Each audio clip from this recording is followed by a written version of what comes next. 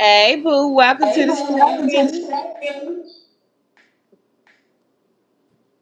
Say, What's going on, girl? friend, I cut whatever that is off because we got a little lag. We got the, what you call it again? I don't know what you did the last time. You said I did what now?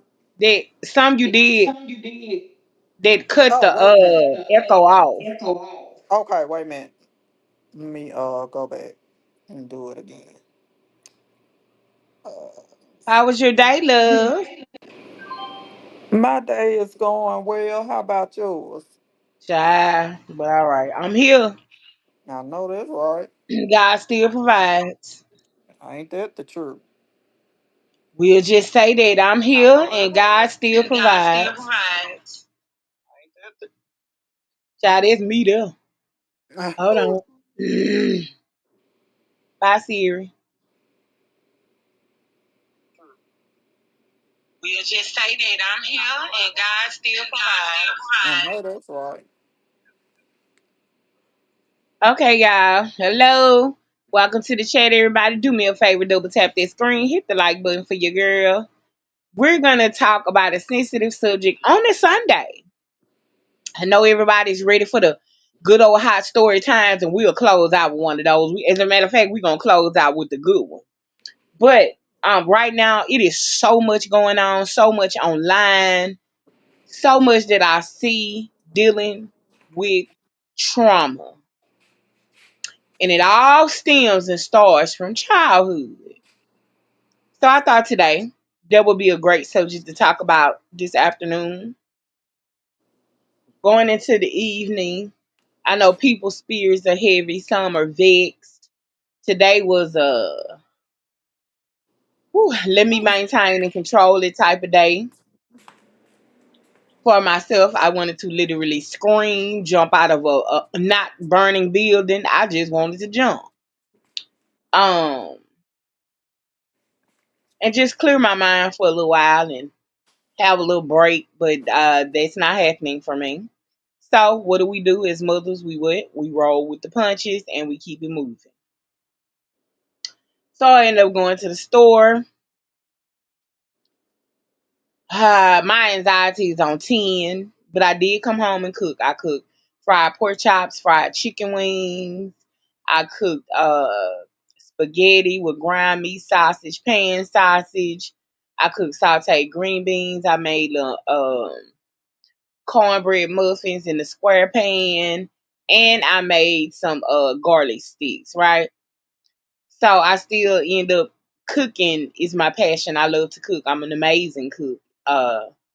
And I am gonna say so myself.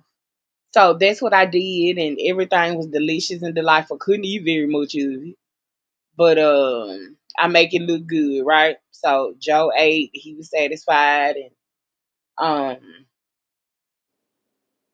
as I sat down and was strolling social media, I see that it's so many people posting and talking about childhood trauma, some of the most horrible, some of the most uh horrible punishments, some of the most unfair treatment, sibling rivalry that happened. Why? Due to childhood trauma.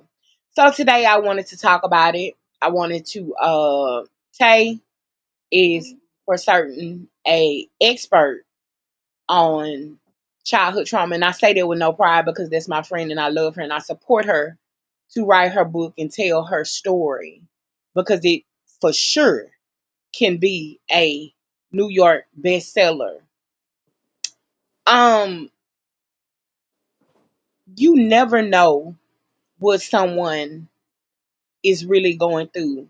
The way that you treat your children now, the way that you raise your children, grandmas and fathers included, um, it's gonna make a difference in their adulthood as of today. The way I deal with men, why? Because my father was absent. The way I deal with Joe's father, why? I cried like a baby the other day. I had never expressed that before. Why? Why do I deal with Joe's father the way that I do?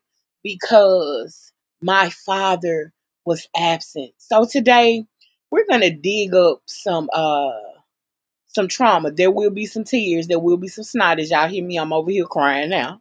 Cause I'm a crybaby and no, I'm not sorry.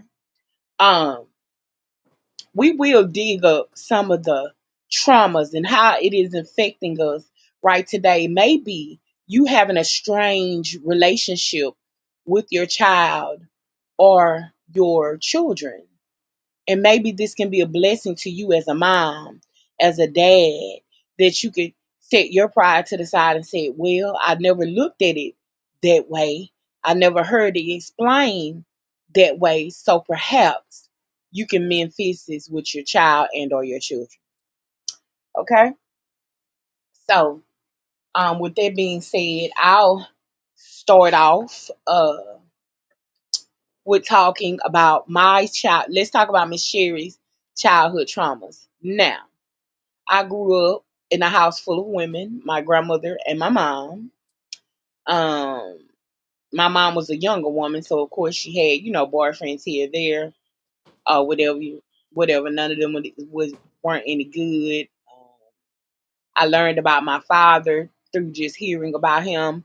My mom would see him periodically, and I would always blame her for the fact that he wasn't around because I'm a child. And all I know is I'm longing for this man, what I see on commercials, because remember, cell phones wasn't like that in the time. There was no thing in social media. But I'm seeing on TV commercials and the Cosbys and Family Matters and all these different shows, and no father was ever there. And I would blame my mom because I felt as a child that she could make him be there, not knowing that I would grow up to learn and see that you can't make anybody do anything. You can't make them be a decent father. You can't make them be there. You can't make them participate. One thing about a man, he's gonna do what exactly what Tay, what he want to do. What he wants to do. Right. No regards to you, how you feel, and what you got going on. So, Exactly. with that being said, I was raised to be strong, independent, hold my own, stand my ground, even if I'm wrong. Stand your ground. And not having a dad caused me so much. I had to handle everything on my own. If I got in trouble, I couldn't call my dad to come help me or bail me out. If it was a sticky situation with a man or a significant other, I never could call and say, well, Dad, could you at least give me some words of encouragement and love? And the first time I ever even had a seen my dad was I had to be about maybe 7 or 8. He stopped by to see me. And then the next time I seen him again, I was 19, 18, taking a paternity test. And when I seen him, I busted out in tears, and my mother was furious. This is where she and I would have disagreements. And when I say disagreements, it was never you B, you H, you mother. It was never anything like that. I would always get her told, mama or not. Because see, you don't get to tell me. And I understood now that I'm a mom that her watching me cry like that infuriated her. She was hurt, but she went about it the wrong way. See, you don't scold me because I am damaged looking at this man who I've known for my whole life, and we just not taking a paternity test. Why? Because life had just started catching up with him, right? So, um, I'm crying, she's furious and upset, and I guess she felt like I shouldn't have been crying. And I was, because I was hurt, because here we are at my grown age. Not grown, I'm still a teenager, a young adult at this time. And here's this man who I've always longed for, and he still didn't speak, still didn't say anything. Hey, Miss Marie, welcome to the chat. Hey, Miss Marie. He still didn't speak, still didn't say anything. So let fast forward. That affected a whole lot of my life. It made me look at men a different type of way. It made me not want to deal with men a certain type of way. And it also um made me strong, all in the same breath. all in the same time. Soft girl era, barely know what it is. Um, Fast forward, when I saw my father again, it was probably about a year or two after my mom had passed, and I had went looking for him. She started receiving child support checks that would come to her card, and it would come to my mailbox, currently where I am now. And I was like, it would have the address, and stuff like this. So I started calling and inquiring, and lo and behold, he was literally up about 10 streets away from me, total. 10 streets away from me, total. That's where my grandmother lived. I always remember the name of the street. And one day, the first time I went, I got a chance to meet my grandmother. And I saw why I got my love of certain decor. I was looking in her house and I had some perfume on, and she asked me, she said, "What is that you got on?" And I told her, and I went and ordered her some, and a week later, I brung it up there to her, but she was at dialysis. I'll never forget it. So then another week later, I went back and I finally caught up with my dad. And I remember sitting there. That was my first time meeting my dad's mom, and my gift to her was perfume. She loved the way I smelled. She was like, "You such a pretty girl. You look like such and such." She was a Hellcat too. She was a Hellcat too. So I was unbeknownst, it's in my blood. It's in my genes. Um, so lo and behold, I went back about another week later, and I finally caught up with my dad. And here's where my whole life changed. In this moment, it's he and I, and we're sitting outside, and I said, "Hey, um, how are you?" And we talking and this and that, and as he's talking to me, he just making, conversation, maybe about fish or something like that. And I said, "Well, I got a question." I said, "And I'm not gonna sit here and act like I don't want to know." I said, "Why weren't you present? Why didn't you show up?" And his words to me were, "Hey, Miss Bridget, welcome to the chat." And his exact words to me, "Well, your mom and them, I knew you came from a good family. I know that, you was gonna be good. You weren't gonna hurt for nothing. And you weren't gonna want for nothing. I know one thing, you was gonna be well taken care of." I said, "What did they have to do with you? Me being well taken care of." I said, "You don't think that a female, a girl child needs a father?" "Well, I had children over here and this, that, and this." And after that, the way I felt inside, the brokenness that was never healed, I never reached out and I never went back again. As a matter of fact, probably in mid sentence, I was just like, "Okay, we'll see you later, or you be blessed," or something like that. And I walked off and I never looked back. The brokenness that I had felt all of my life was even more broken because he couldn't even give me a decent explanation and or excuse as to why he wasn't present in my life. It affected everything. Fast forward to today, because my mom was a Leo, she was laid back, but when you push her, she came out the bag. Okay. I would, even though I've always been a Hellcat, when she came out the bag, I was always shocked because she was always so quiet, shy, and timid. We were exact opposites of one another. So when she came out the bag, I was always shocked, to say the least, because she could really cut up and climb. Um, it just affected so much Hey, the way Miss I deal Bridget. with men, the way I deal with men today, the way I handle my son's father today. I can honestly say it does. It has a whole lot to do with the lack of my father being present in my life. And rewind back to my mom, what I was going to say was, I felt like she let a lot of things slide. She wasn't, as on it. I guess my mom kind of looked at it like, "Look, I'm not gonna chase him. um I'm not finna do this. I'm not finna force him to do that."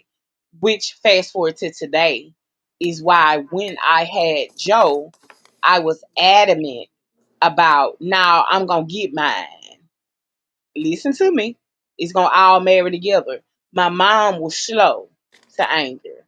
My mom was slowful about, trying to catch up with him and do stuff. Y'all make sure y'all double tap that screen and hit the like button for your girl, please and thank you. So what happened in my adulthood when I became a mom wasn't gonna be shit slowful about me. Soon as they cut me and let me off their table, I was down there to the DA office. You see how it all ties in together? Why? Because it's trauma. It's childhood trauma. Sorry to Joe and never to his dad because he had a choice to make too. Never am I sorry about the hand that I was dealt. There was nothing I could do about it. It was what it was, and it is what it is, even today. My parents are both now gone to be with the Lord. Well, my mama is. I know that for sure. And y'all ain't gonna like that, but it's just the truth. I know for a fact. My mama is most definitely going to be with the Lord. My dad, let's just say God reigns on the just as well as the unjust. Okay. Um, yeah. So that's a little story about my childhood trauma. That's a little story about why I'm so rough and rugged. Um, with my son's father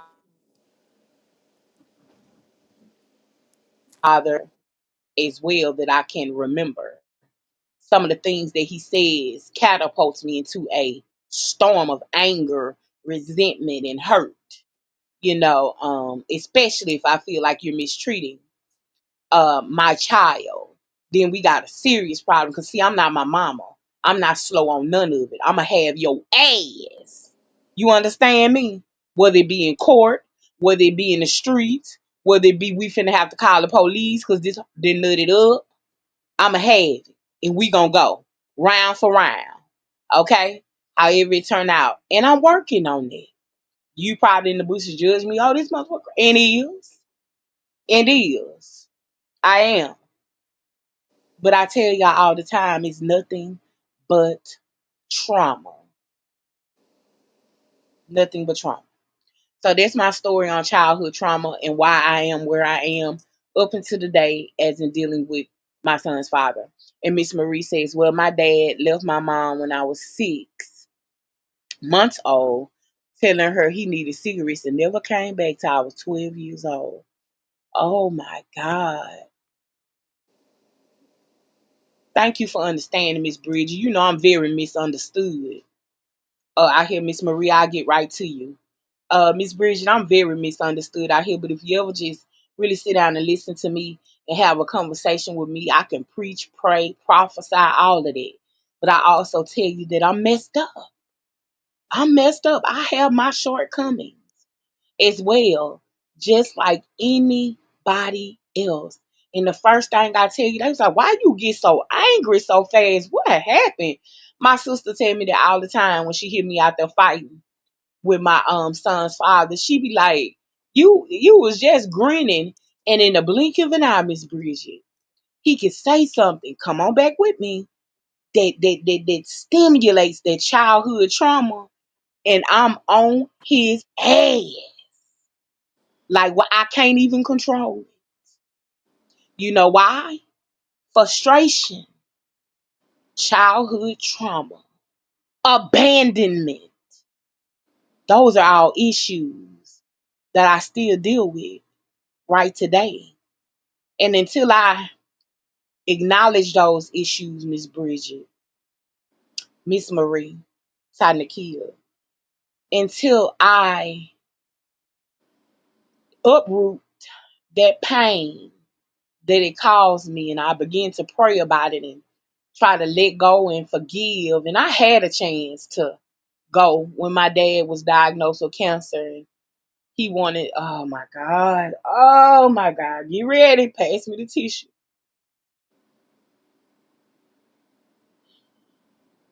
I had saw some of my cousins online and we were friends on Facebook. And they would post pictures of my dad and I'm also friends with my one of my sisters on Facebook. She's a couple of years older than me. We look very similar alike. Hey Miss Diane, good to see you. And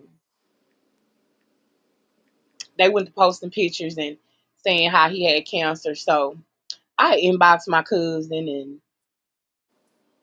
I found out more about, his cancer and him going to the cancer, treatment center.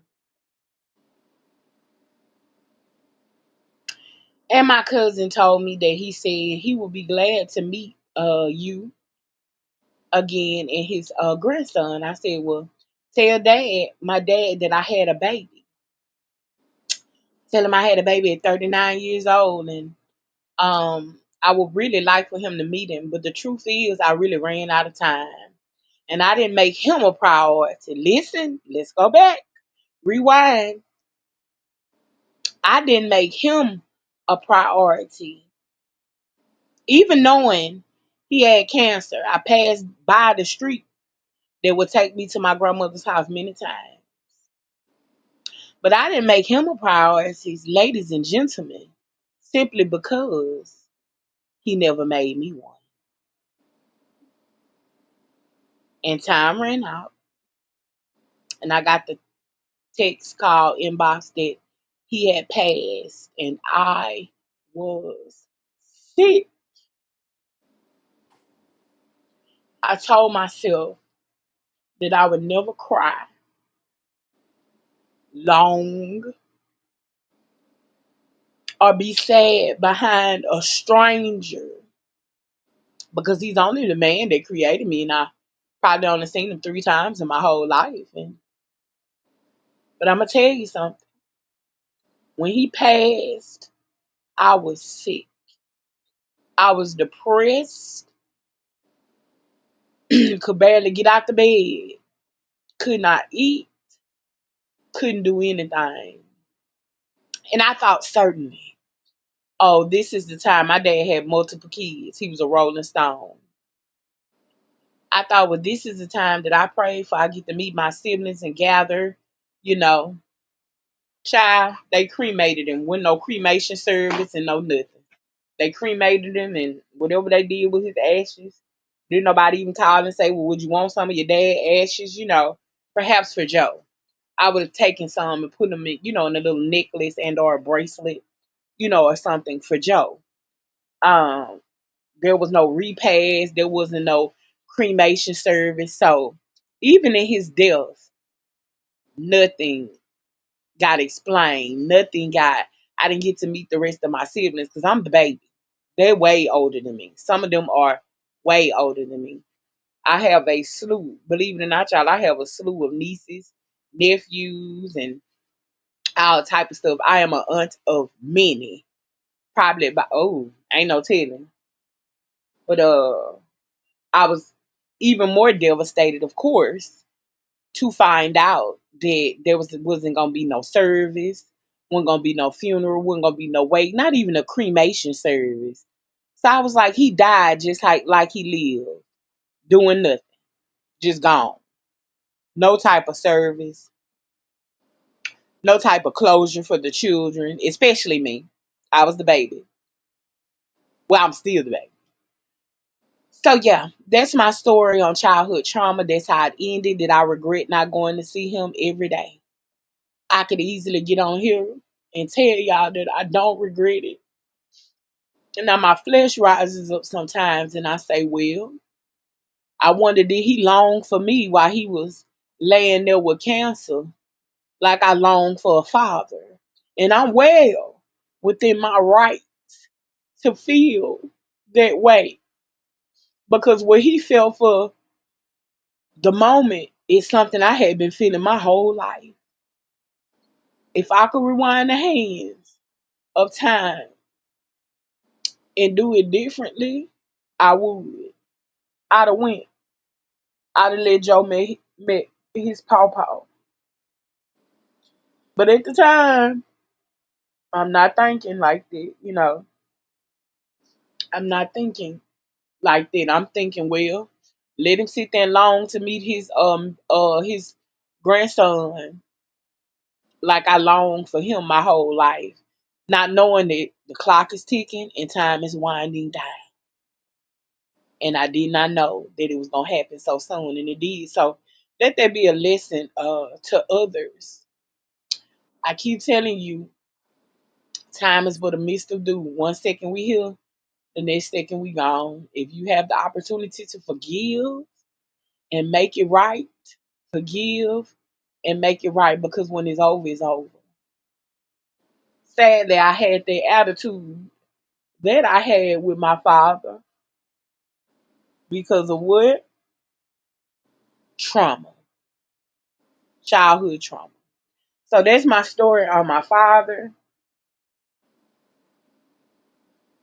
Um, that's my little situation on childhood trauma. Tay, I'm gonna let you have the floor. Is there anything you would like to say and tell a story of yours about trauma? Oh And gosh. hey, Miss Michelle, welcome, Miss Michelle. Um, and Tay, before you get started, let me deal with Miss Marie. Miss Marie, true Miss Sherry, I had forgiven my father, and we had 5 years together before he passed. That's beautiful, Miss Bridget.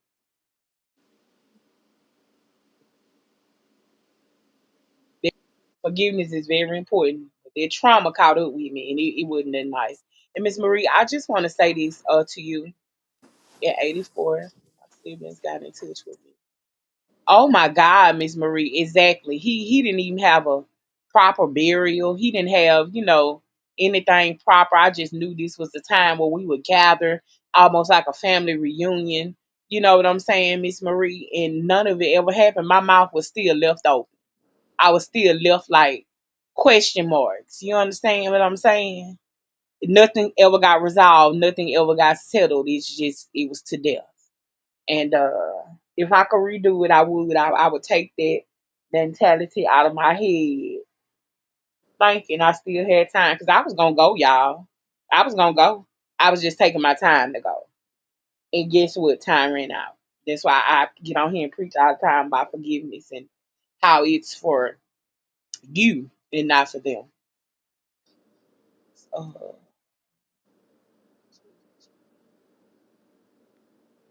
Colton, change my name. Okay, okay, Miss Colton. Yes, ma'am. But my other siblings didn't forgive my father, so they weren't there during the 5 years that he had left. But they did go to his funeral. Imagine that, Miss Bridget. No funeral, no nothing. Y'all make sure y'all double tap that screen. Hit the like button for your girl. So Tay, I'm through booger snotting and tears. So if you would be so kind as to, if you were up to it, let me ask you, do you feel like? I am. I am. Because I don't want to be insensitive, because this is the way I feel like coming out talking about some of my traumas today, that I feel as though everything you go through is a testimony for somebody. Somebody will replay this and listen to a cousin they haven't talked to, or a father or a child, and it'll begin to heal. It'll begin to heal some of the cracks that are in your heart and your mind. I just believe that everything you go through is a testimony, and it'll help somebody else.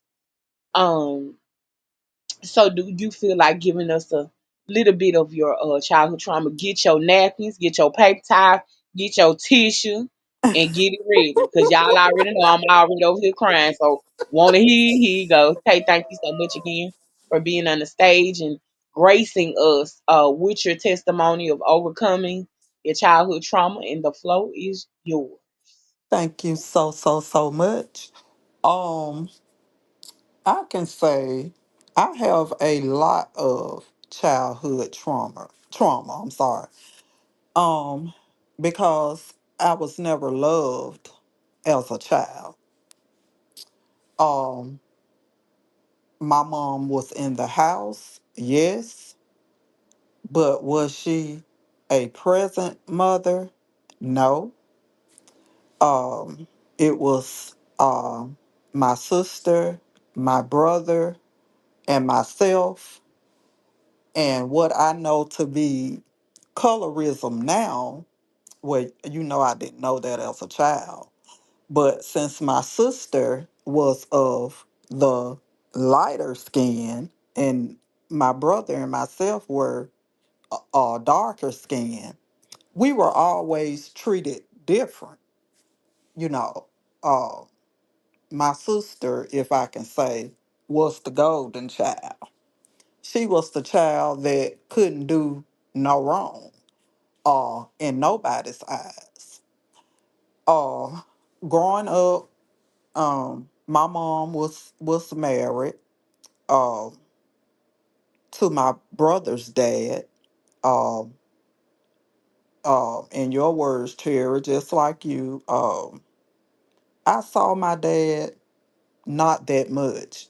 Um, every now and again, I saw him. So, my brother's father adopted all three of us.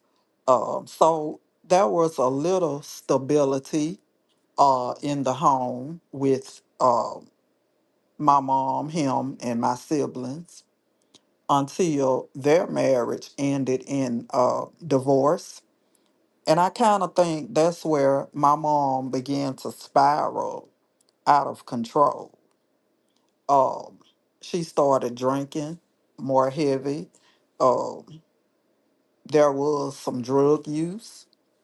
Um, and so uh, I can remember one day my aunt coming and saying, "Well, I don't like the way you treat your kids." So my aunt, by my sister being the lighter skin, and I don't like the way you treating your kids. So my aunt removed my sister from the home. So that left my brother and myself. Again, I say, as a child, I never knew what love was. I was never told I love you, never hugged. Uh, None of that. My mom was very, very abusive to me, not to my brother, just to me. And to this day, she's passed on, but until this day, I just don't know why. I can remember being in elementary school, going to school I think I was 12 years old, and uh let me go back. My mom had gotten into a uh what word I'm trying to use? Uh lesbian. She had became a lesbian. She was dating women and men.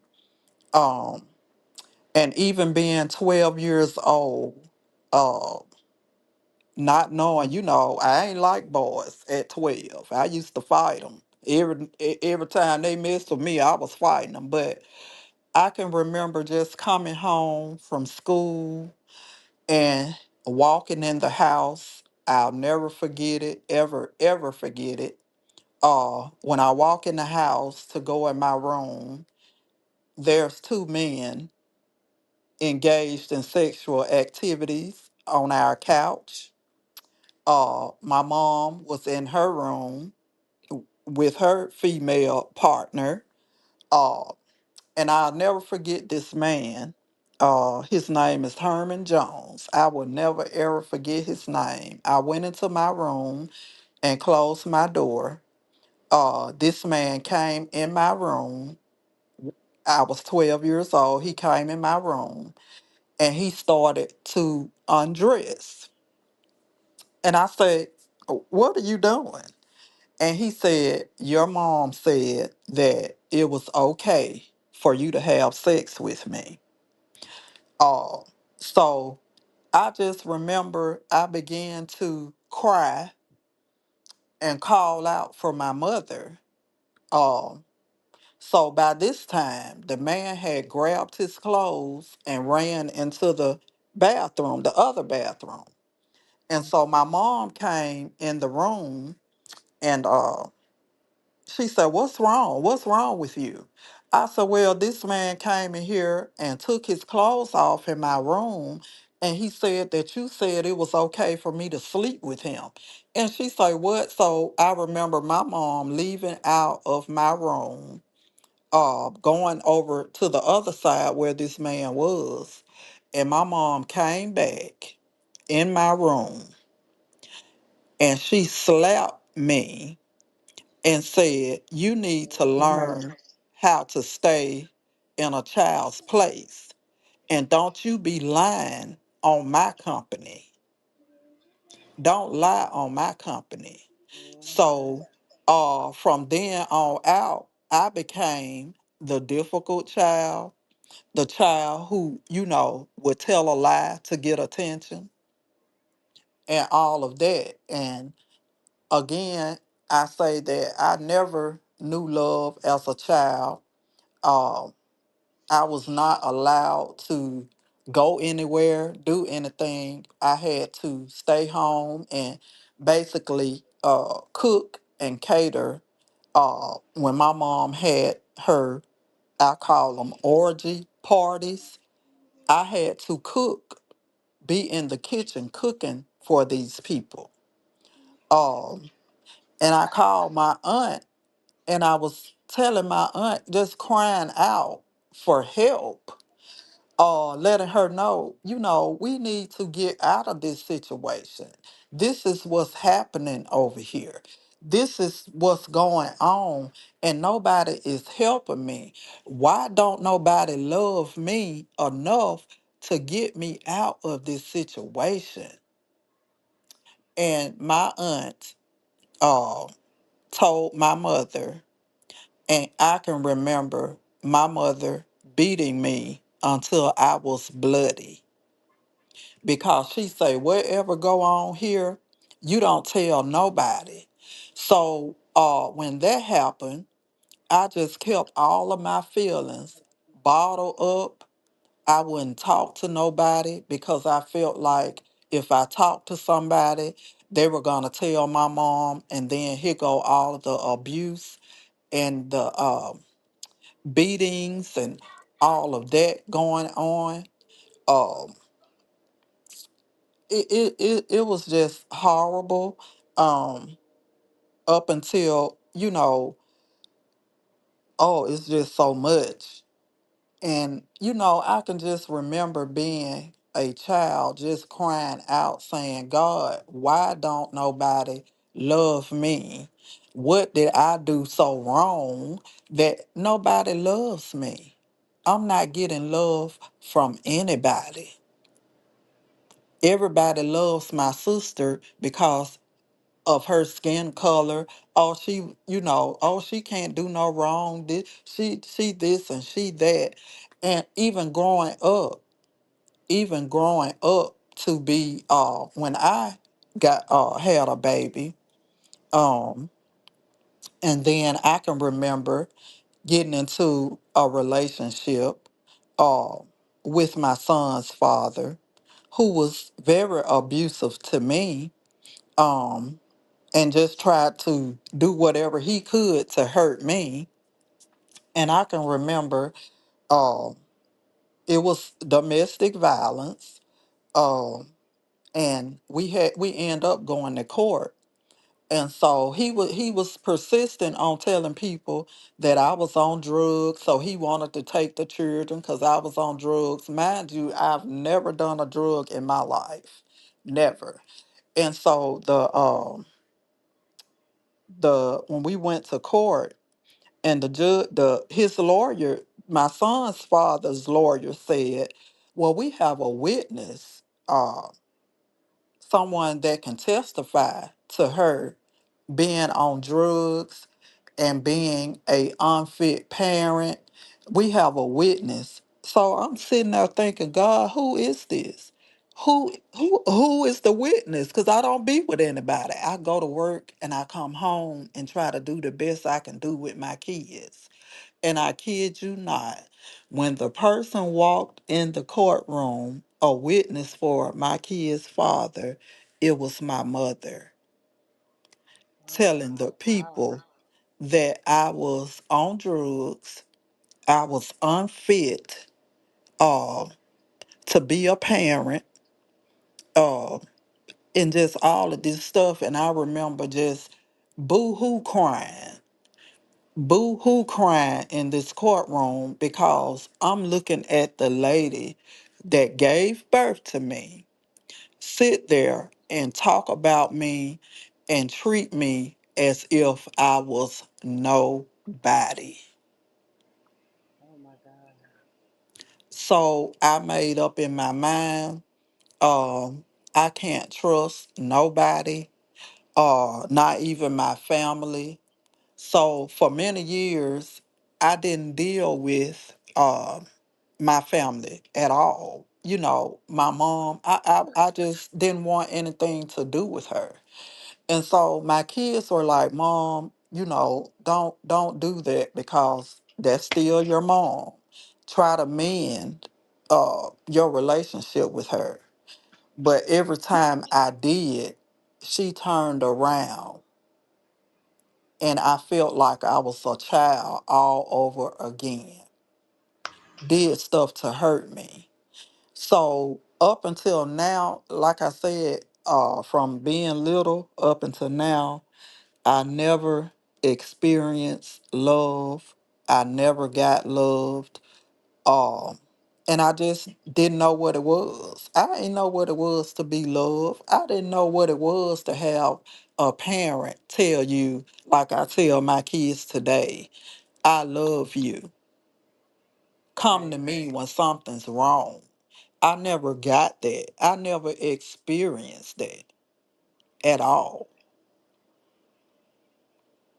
Yeah. So that's a little bit of my story. It's more, but that's just a little bit because I'm pretty sure other people, have gone through similar situations and stuff like that. But I can honestly say for a long time, uh, I have walked in other people's shoes, thinking that I wish my life was like them, or I wish my situation was like theirs. Walking in other people's shoes, saying, "God, why couldn't I be them?" But God is so good and so merciful Mhm. that I'm able to stand in my own shoes today and just Amen. thank God for keeping me. Just thank God for keeping me. And I'm done. Well, Tay, if you don't mind, let me ask you this. When you seen your mother walk into that courtroom, and I know you boo-hooed and cried tears that you probably didn't even think you could cry no more. When you spoke to her again, how long was it? And what was her what did she say when you asked her why would you do that? Well, and like I said, um, after that day, oh gosh, it was some years before I spoke to my mother again. It Okay, was so some yeah. years. It was years went by before I Okay. spoke to my mom again. And my kids would say, "Mom, we miss grandma. You need to try to mend your relationship with her. Yeah, she may have did this or that, but you need to try and mend your relationship with her."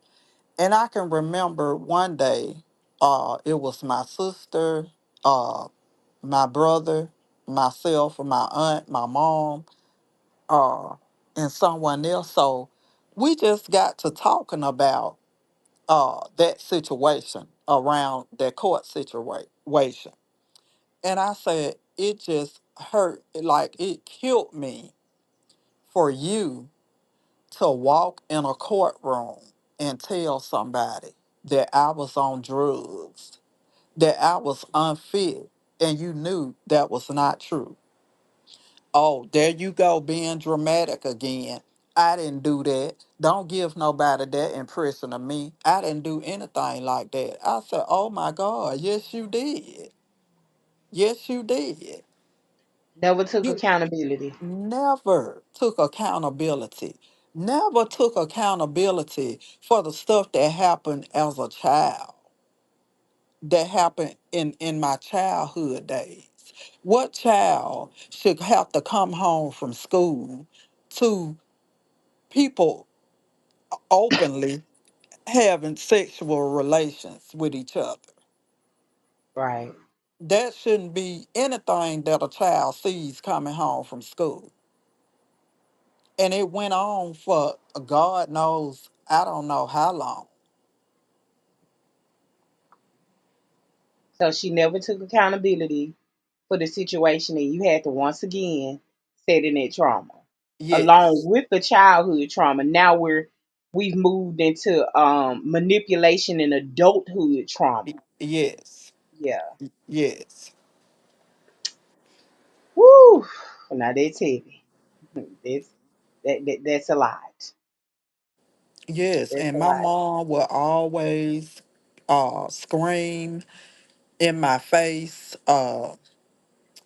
scream in my face. Oh, you ain't gonna never be nothing. If you have kids, they not gonna be nothing. Ain't nobody never gonna want you. You so ugly. Oh gosh, I just wish you would go somewhere and die. Oh God, I just hate I had you. You just so ugly to me. Oh So I wow. will always walk with my head down, looking at the ground. And people say, why you walk with your head down? And I never told nobody that was the reason why I walk with my head down. And I Wow. just thank God again that He kept me. I know now in adulthood that I am something. I am Oh somebody. yeah. Somebody do want me. Yeah. Oh yeah. I'm finer than vanilla ice cream. What that Baby, lady you was better say it. And you talking better about. know it. Hey, I'm the I need you to finest be thing clear. since vanilla ice cream, baby. And I thank God that my children are something. My Right. kids are amazing. All Right. of them graduated from high school. All of them got good jobs. They in their own places. Right. So no, you are something. I am somebody. Even though she said that I wasn't gonna be nothing, wasn't nobody ever gonna want me. I'm just so ugly.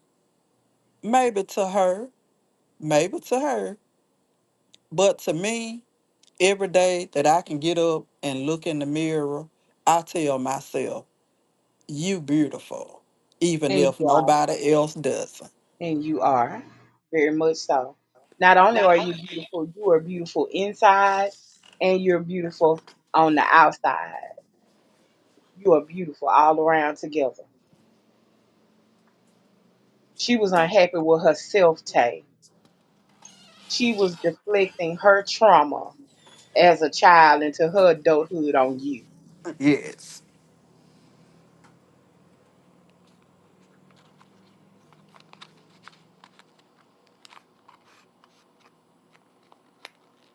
So let me ask you this question. Okay. In her passing, and God bless the dead, uh did she try to um apologize? Did she ever, in her latter days, did she ever try to apologize to you and extend love and sympathy to you uh on her before and on her bed of affliction?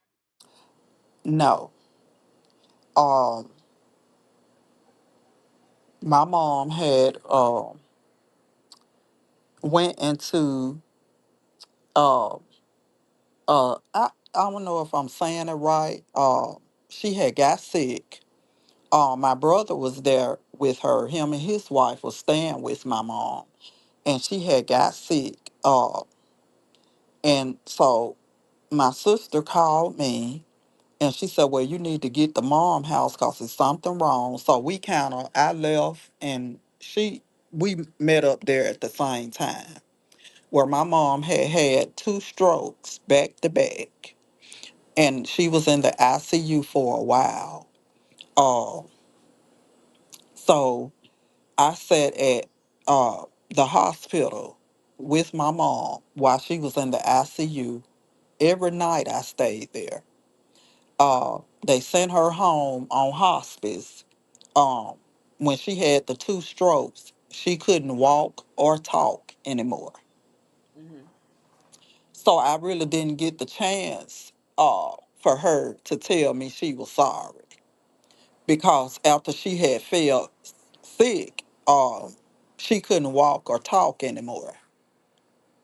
So I never got the chance for her on her sick bed to say that she was sorry to me.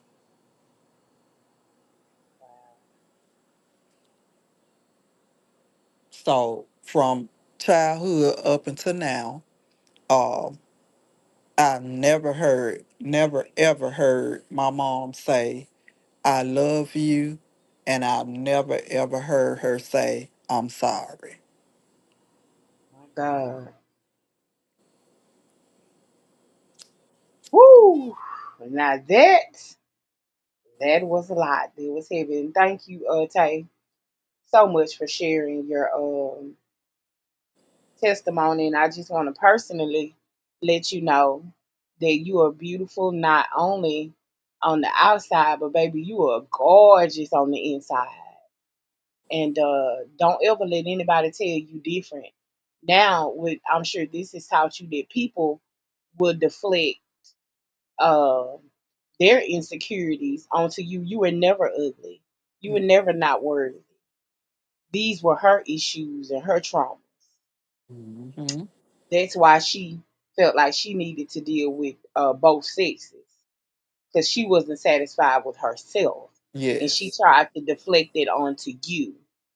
And you are always loved and wanted, honey. You know that for a fact. Okay. So I hope that even in your adulthood, you don't let that uh, stop you from thinking that people can't really love you and you can't be the, the chosen one and, this, that, and, that and the other. Because you are love and you are uniquely made, beautiful. So, yeah, I just want to let you know that you are loved, you're cared for, you're actually adored, and you're needed. Okay. You are needed in this hour. You see what's going on running rampant out here on the YouTube streets as Oh, well as yes. and in our personal lives. So your testimony is greatly needed. Some child, some daughter, Thank some you. son needed to hear that and needed to know that you can overcome these issues and childhood traumas as I myself am trying to overcome my issues, in childhood traumas myself. They can be overcome.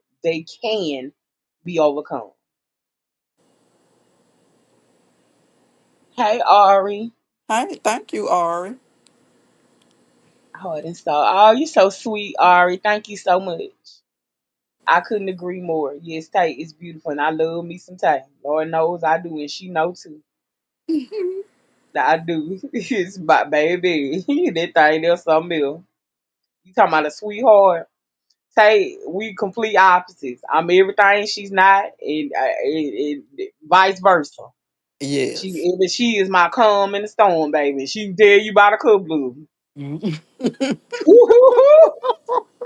I can put the phone down in 2 minutes. Come back, bitch. The police pulling up out there. Oh, okay You now. better ask her. She'll tell you, baby. Okay It now. goes down over here with angry cherry, baby. Hey, but it all stems.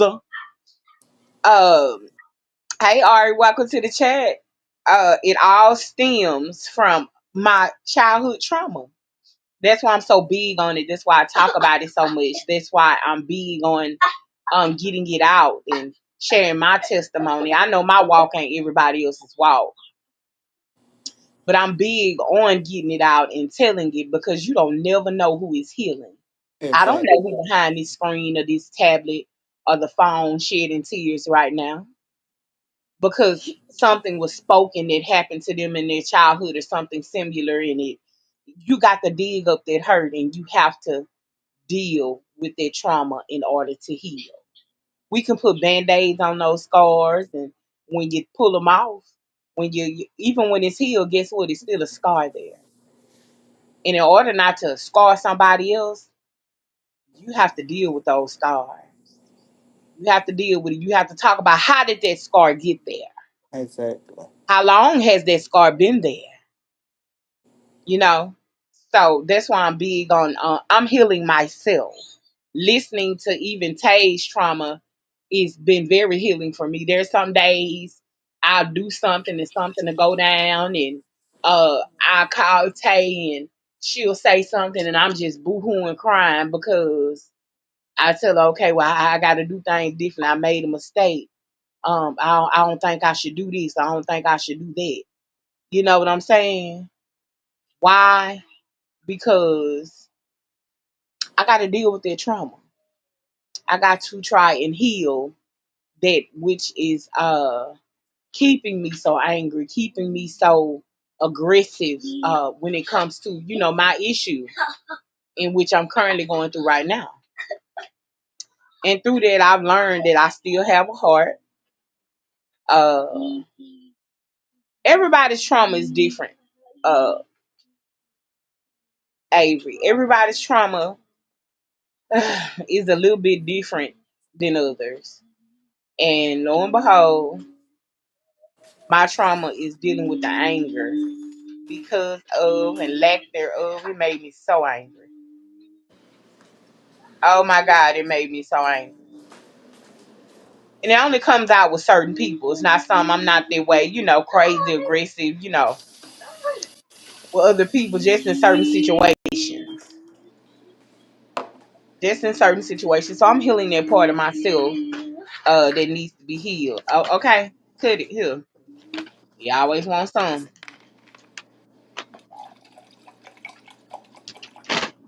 Oh Lord. So yeah, anybody else would like to come up, hit the panel, any more okay, bye. Take those and go. Anybody else have anything they would like to share? If so, the link has been dropped. Just scroll up a little bit. And just in case, let me see. Y'all don't feel like scrolling up. I'm gonna drop the link one more time. And if not, we're gonna carry on. We've shared our little testimonies for today. And yeah, it was heavy. Definitely some tear jerkers now, wasn't it?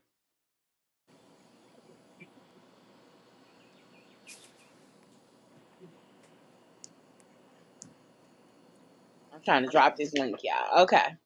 Just in case, and y'all do me a favor, be kind, double tap the screen, hit the like button for your girl. I appreciate you so very, very, very much. Whew. Well, tell you, I made it through this. I made it through this one. Yes, girl. Lord have mercy, I made it through this one. Uh, I said I was gonna end off with a story time that I had promised y'all last night. Get your popcorn. Try to say, don't you start, girl. Yeah, baby, I got a story time for you. Gonna blow your very mind. I got a story time for ya. I'm trying to think of the names I want to change. Of course, I'm gonna change the names because, honestly, y'all, a lot of my male friends they watch my YouTube. Mhm. Yes, they do. My full fact, they watch my YouTube. So I'm gonna change the name just in case I don't need nobody texting me. I can't believe you said that and this, that, and that, and the other. So yeah, what I'm gonna do is change the names. We're gonna call him Michael, and let's talk about what I said. I was gonna title it the married liar. Mm-hmm. Now these ain't about to be no tearjerkers, but they gonna gag you. So Joe was 2, had just turned 2. I had just had Joe's second birthday party, and it was a hit, a success. Um, the thing was born to be wild because he was turning 2. So the thing was born to be wild. Everything was safari, animal print, zebra, tiger. you name it. So, still going through things with my son's father. I'm a little stressed out because I'm really a hell kid at this time, and I ain't lit up. I didn't lit up now compared to what I was. So if you think I'm bad now, you should have seen me back then. So I'm stressed out, and by this time I had just started back what I call puffing. Hint hint wink wink green. You need a cigar, some papers, okay? So I had just started back puffing, and I had went to the store. I had fed Bath Joe, put him down for bed, and I needed a wrapper. So I went to the corner store, and I see this dude standing there in front of me while I'm at the corner store. And as I'm at the corner store, um, heavy set, nice looking dude, mouth full of goals. I see him getting some cigars, aka wrappers, and I bust out and just I forgot what I said to him. And he turned around and looked at me like, what? Then he said something, then I seen them goals in his mouth. And it was on and popping from there. So I got an attitude because I don't like the way he turned around and looked at me. So I'm just like, oh, okay, won't say nothing else to you. But honestly, the reason why I said something to him is because again, I'm puffing at this time. So he looked like he got a handful of wrappers and cigars. So uh I'm trying to see where he getting his good green from. You feel me? So I'm like, okay, this nigga, like, you know what I'm saying? He might be the plug. So I say something to him. He turn around and give me a look and say something like, you know what I'm saying, like I'm bothering him or something. So I was like, oh, okay, you fat mother. This is what I'm saying to myself. I was like, I bet I won't say nothing else. So it was he went on out the door slowly. Show you how they play games. He went on out the door slowly. So then he went and got in his truck. Nice truck.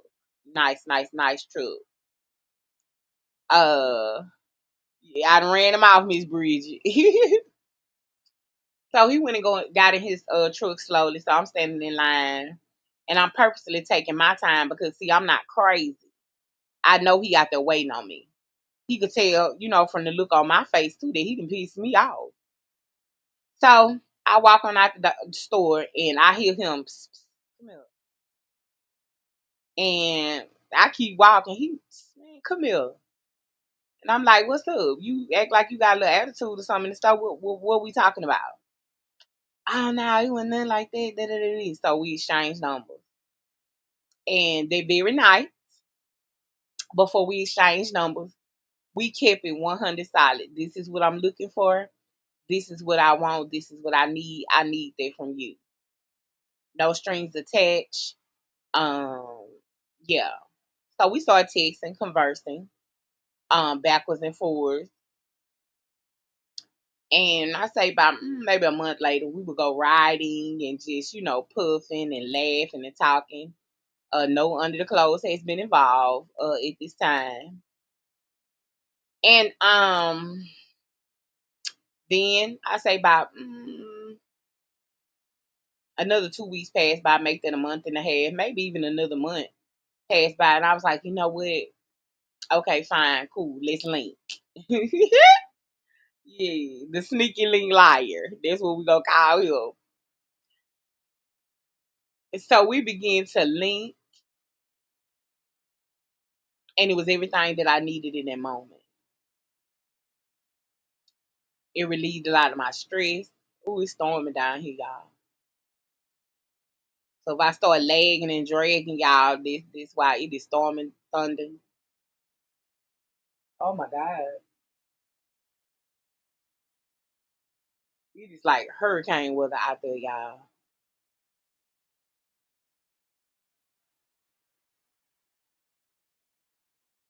You can literally hear the wind, like, oh my God. Anyway, so we finally linked. And it was everything I needed. Like I said, it relieved my pressure, my stress. It took a lot, off me. And anytime that I called him, Anytime that I needed it, anytime that I wanted it, he never hesitated. I never paid for a hotel room. I never had to come out of my pocket for anything. I would hit him up. You know how some men only deal with you when it's convenient for them. He had no problem with me dealing with him when it was convenient for us. And he always came through. And he always made it happen. Fast forward 2 years. We plugging and dugging, baby. We hey, oh, it's going down. He drops his knees and bark like he like it. And I never let him down and he never let me down. So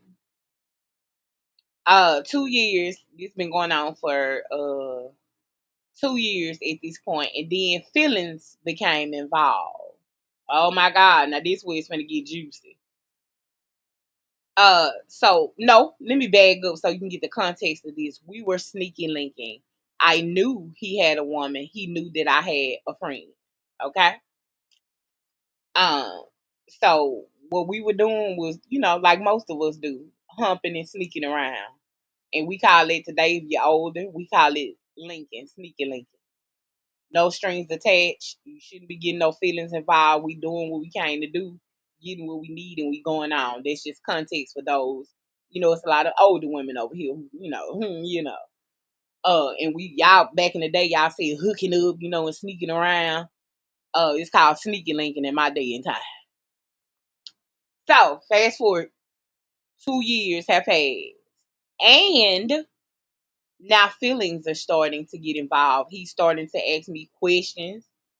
Uh, Names he have asked me. He even called me in a lie about something. And I was like, why are you even holding on to that? Why you even remember it? So this is the beginning of the end for he and I. The beginning of the end.